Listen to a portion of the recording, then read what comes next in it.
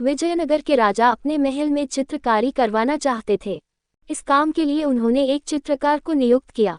चित्रों को जिसने देखा सबने बहुत सराहा, पर तेनालीराम को कुछ शंका थी।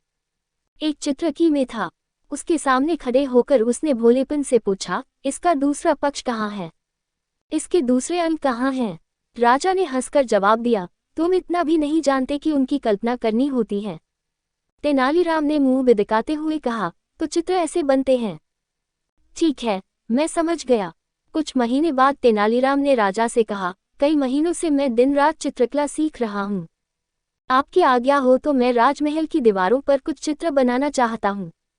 राजा ने कहा, वाह, ये तो बहुत अच्छी बात है।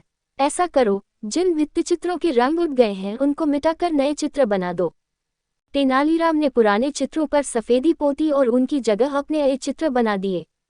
उसने एक पाँव यहाँ बनाया, एक आंख वहाँ बनाई और एक अंगुली कहीं और।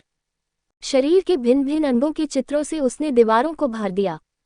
चित्रकारी के बाद राजा को उसकी कला देखने के लिए निमंत्रित किया। महल की दीवारों पर असंबद्ध अंगों के चित्र देख राजा को बहुत निराशा हुई। राजा ने पूछा, ये तुमने क्या किया? तस्वीरें कहाँ हैं? तेनालीराम ने कहा, चित्रों में बाकी चीजों की कल्पना करनी पड़ती है।